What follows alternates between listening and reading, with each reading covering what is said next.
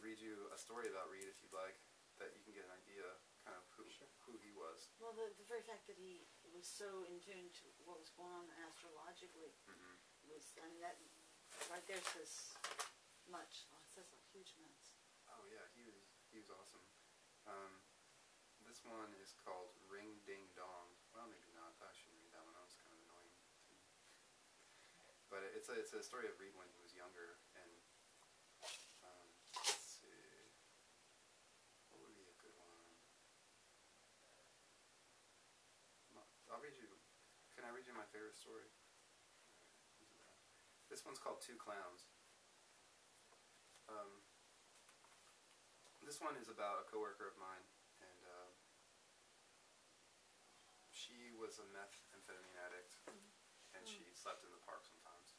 She was a server, and one night she came into work, and she had me lock her into the liquor room in the basement, because she was afraid that she was going to do something. I don't know what she wanted me to do that to her for, but she just said, you have to lock me in this room. I think she was coming off of something. She was ready to get in some kind of trouble. And so you trouble. didn't call 911. You locked her in the room.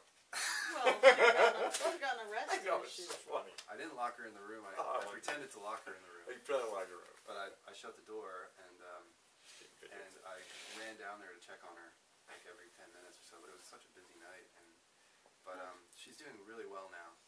She has a son, and she's clean, and she has a great job, and this is one of her stories. She's a recurring character.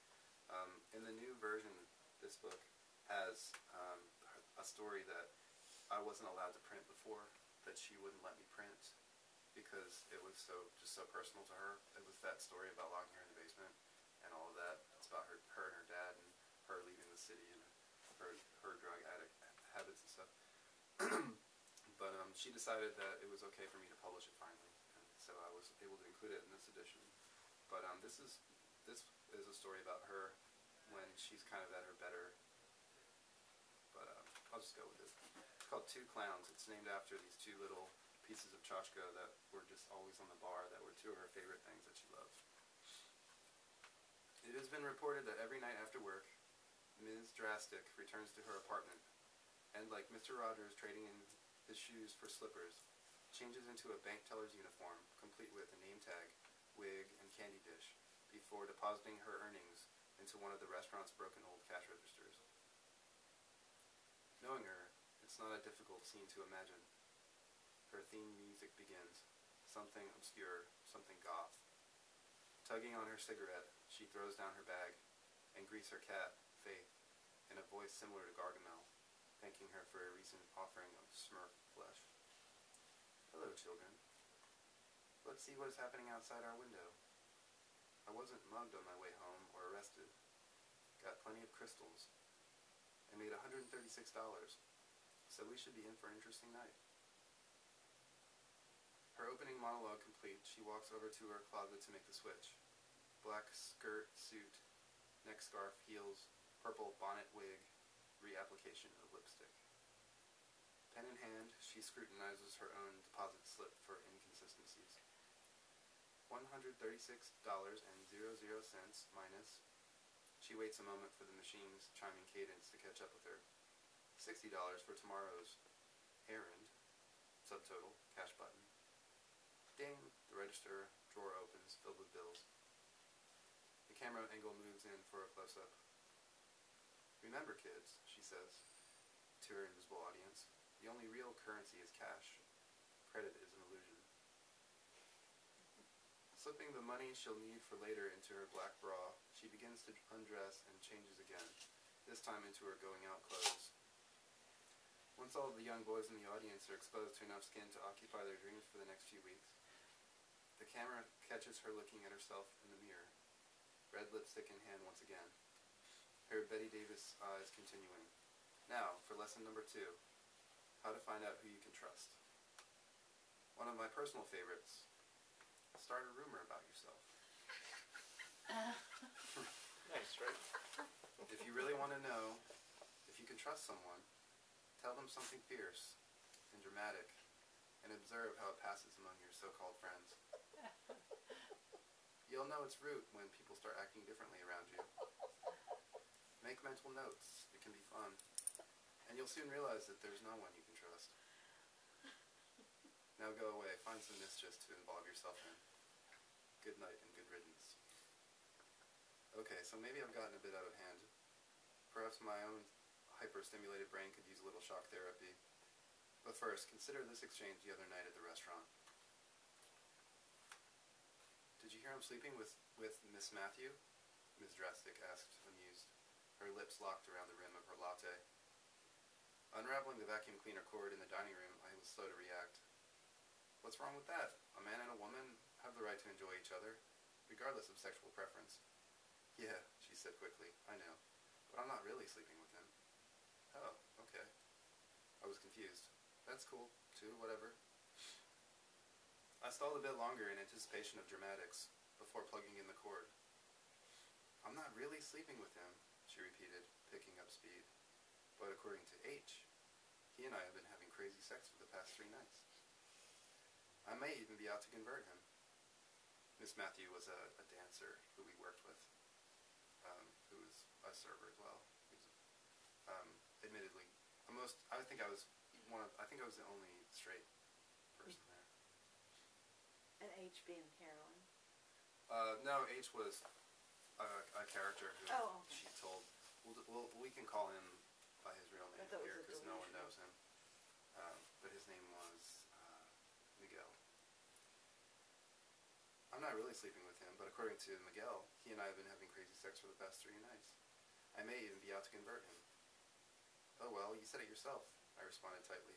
Hee hee, she squealed. Beneath my guise, I just wanted to get work out of the way. But guess how Miguel found out? Oh, I don't know. Maybe he saw you two leave the bar together and made her own conclusions. No, we left separately. I made sure of that. Finding it harder to hold back my impatience, I still had the bar to restock and wipe down, garnishes to cut, and shelves of filthy glasses to polish. I tried to cut through the drama of the exchanges by being direct. Then why would she say that? Miguel told her. My raised eyebrows pleaded her to stop the foreshadowing. And you want to know how he found out? I waited. I told him, she said. Now I know he can't be trusted. Perplexed, I tried going in with a different angle. Did he know that you were telling him this in confidence? Oh, he knew. And besides, I'm not mad at him. I still love him. I just now know that he can't be trusted. Amazed at the depth Ms. Drastic revealed by her admission, I stood there silently, shocked and impressed. Now genuinely interested, I asked, does knowing who you can trust outweigh the potential damage the rumors might cause? I mean, the juicier the rumor, the higher the test, right? I think if you really want to know if you could trust someone, you have to come up with something serious. Maybe Miguel didn't think it was really mattered one way or another if you were sleeping with Miss Matthew. Tell him you're having the dishwasher's baby, and then you'll really know who you can trust. She laughed again. Flipping on the switch, the Hoover emitted an angry protest before going to work against the embedded dirt and crumbs. Happy for the respite, I lost myself in the loud solace of sweeping the floor. Later on that night, when I'm down in the office arranging liquor bottles from a fresh order, I smiled at the old punch clock Reed set aside for her, as well as a few boxes of books and half a dozen lighters she tends to leave throughout the restaurant wherever she goes to smoke. Coming back up to the bar, I noticed Miss Drastic playing with a couple pieces of tchotchke, 2 clowns clad all in white except for small traces of black as buttons on their coats and sleeves. Apparently, I had interrupted their conversation. The one clown stood tall, holding his hands together behind his back, his ruffled neck craned and beaming with hope. The other, usually situated on the shelf above its counterpart, sat hunched forward with his arms wrapped around bent legs, head rested on his knees, sulking and forlorn. When I made myself known, they resorted back to their disguises as ancient aftershave vessels. How are the mimes? I asked to set the moment at ease. It wasn't like the bar didn't have its own share of toys. We had a huge glass jar of Legos, a Zen sand garden and pebble garden, over which I once had to evict a rude guest for using as an ashtray. Miniature horses, cows, figurines, decorative spoons, salt and pepper shakers, all shapes and forms of ashtrays, sugar dishes, and plenty of potted plant microenvironments. But for some reason, the two clowns were different to Miss Drastic and very much alive. They are not mimes, they are clowns. They say they are okay, I guess, but this one is sad. They were wondering, how was the basement? Thrown slightly, I found an answer. Okay, but I think I found a pair of underwear from one of those ladies Reed hired to dance the other night. I had to go down there for more vodka at one point, and I walked in on them butt naked during a break. They must have been changing or something, but they didn't seem to be in any hurry. They just giggled and asked if I would bring them down a round of martinis. I was afraid to touch it, so I left it behind the case of Macon Volage. The clowns were wondering where you had gone. What do the clowns think of the basement? I asked, playing along. They call it the land of things forgotten. They don't like to leave the bar. They told me that they would try to get used to sitting on the mantel if Reed wanted them there, but I told them I didn't like them being away for too long. Remembering when Reed moved them from their usual spot to add some feng shui to the bare ledge during an art sale to benefit an AIDS charity, and thinking to myself how it was probably going to upset her, I let her in on a secret. Reed was not trying to move their home, he was just taking them on a field trip, I said. She smiled and turning to take them back to their home at the bar, kissed them both lightly on their heads. Outside the front window, I noticed Henry pull up on his bike and was reminded how soon it would be time to talk to real people. Miss Drastic must have felt the same as she whispered some unintelligible farewell to the clowns and headed off to the dining room. A few seconds later, he came in carrying a babushka stuffed bicycle helmet and sat down. How are things? He asked. Hey, Henry, I responded. How are things with you? Making magic, he said. Beer would be swell. Coming right up. So that's part of, she was upset because the owner had moved these two little